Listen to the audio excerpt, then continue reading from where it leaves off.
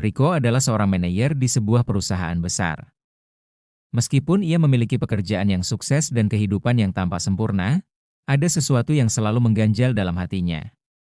Ia merasa kesepian meskipun dikelilingi banyak orang. Hati Riko terasa kosong, dan kebahagiaan seolah menjauh darinya. Setiap hari, Riko bangun pagi dan pergi bekerja dengan perasaan yang sama.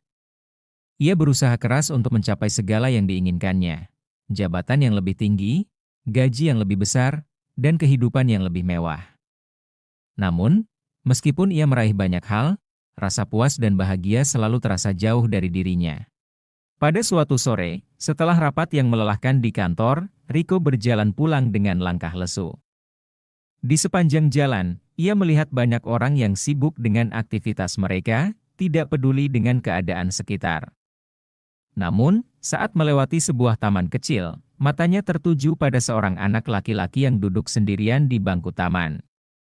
Anak itu tampak memegang secarik kertas yang sedikit kusut, matanya kosong dan wajahnya penuh kecemasan. Riko merasa ada yang berbeda dari anak itu. Ia mendekat dan duduk di bangku yang bersebelahan. "Hei, kenapa duduk sendirian di sini?" Tanya Riko dengan suara lembut. Anak itu menoleh ke arah Riko, dan setelah beberapa detik, ia mengangkat wajahnya. "Saya takut," jawabnya pelan. "Ibu saya sedang sakit di rumah, dan saya tidak tahu harus berbuat apa." Riko merasakan kepedihan dalam suara anak itu. Tanpa berpikir panjang, ia mulai berbicara lagi, mencoba memberi sedikit kenyamanan. "Terkadang kita merasa sangat sendirian, tapi itu bukan berarti kita benar-benar sendiri. Ada orang-orang di luar sana yang peduli pada kita, bahkan jika kita merasa seperti tidak ada yang bisa membantu," kata Riko dengan penuh perhatian. Anak itu menatapnya, seolah mencari harapan dalam kata-kata Riko. "Tapi siapa yang bisa membantu ibu saya?" Tanyanya dengan suara serak, air mata mulai menggenang di matanya. Riko terdiam beberapa saat, memikirkan cara yang bisa membantunya. Setelah beberapa detik, ia meraih ponselnya dan berkata, "Mari kita cari rumah sakit yang bisa memberi perawatan untuk ibumu. Ada banyak tempat yang bisa menolong." Ia mulai mencari rumah sakit terdekat yang memiliki fasilitas untuk merawat pasien seperti ibu anak tersebut. Setelah menemukan rumah sakit yang tepat, Riko menelepon dan memastikan bahwa ibu anak itu bisa segera mendapatkan perawatan yang dibutuhkan. Anak itu tampak sedikit lebih tenang setelah mendengar penjelasan Riko. "Jangan khawatir, Nak. Ibumu bisa mendapatkan perawatan yang dia butuhkan," kata Riko. "Kamu tidak sendirian. Ada banyak orang yang peduli padamu dan ibumu." Anak itu mengangguk dengan mata yang kini tampak lebih cerah. "Terima kasih, Pak. Saya tidak tahu harus pergi kemana jika tidak bertemu dengan Bapak," katanya dengan penuh rasa terima kasih. Riko tersenyum dan menepuk bahu anak itu dengan lembut. "Ingat, kita selalu bisa mencari bantuan ketika kita membutuhkannya," ujarnya sambil memberi anak itu nomor rumah sakit yang baru saja dihubungi. Setelah kejadian itu, ia merasakan kedamaian yang belum pernah ia rasakan sebelumnya. Ia menyadari bahwa kebahagiaan tidak selalu datang dari apa yang kita miliki, tetapi dari apa yang kita beri kepada orang lain.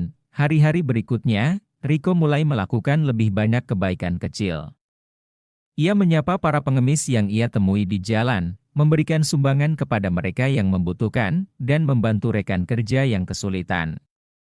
Setiap kali ia memberikan sesuatu, meskipun itu hanya perhatian atau sedikit bantuan, ia merasa hatinya semakin ringan. Ada kebahagiaan yang muncul dalam dirinya, meskipun itu bukan kebahagiaan yang datang dari kesuksesan materi. Suatu hari, Riko bertemu kembali dengan anak yang ia bantu di taman itu. Anak itu kini terlihat lebih ceria, dengan senyum lebar di wajahnya.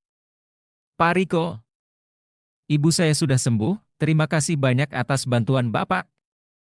Serunya dengan gembira, Riko terkejut dan sangat senang mendengar kabar baik itu. "Saya sangat senang mendengarnya. Semoga ibu kamu terus sehat, Nak."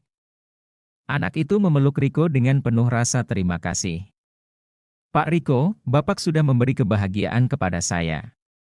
Sekarang, saya juga ingin memberi kebahagiaan kepada orang lain, seperti yang Bapak lakukan." Riko terharu mendengar kata-kata anak itu. Ia menyadari bahwa kebahagiaan yang ia berikan kepada orang lain ternyata tidak hanya membawa kebahagiaan untuk dirinya sendiri, tetapi juga menular kepada orang lain. Keikhlasan dan kebaikan hati yang ia tunjukkan telah memberikan cahaya kepada orang lain yang kemudian menyebarkannya lebih luas. Sejak saat itu, Riko merasa hidupnya tidak lagi kosong. Ia merasa ada makna yang lebih dalam dalam setiap langkah yang ia ambil. Ia tidak lagi mengukur kebahagiaan dari seberapa banyak uang yang ia miliki atau seberapa tinggi jabatan yang ia capai, tetapi dari seberapa banyak kebaikan yang dapat ia berikan kepada orang lain. Riko akhirnya mengerti bahwa kebahagiaan sejati datang bukan dari apa yang kita terima, tetapi dari apa yang kita beri kepada orang lain. Dengan memberi kebahagiaan kepada orang lain, kita membuka pintu kebahagiaan dalam hidup kita sendiri.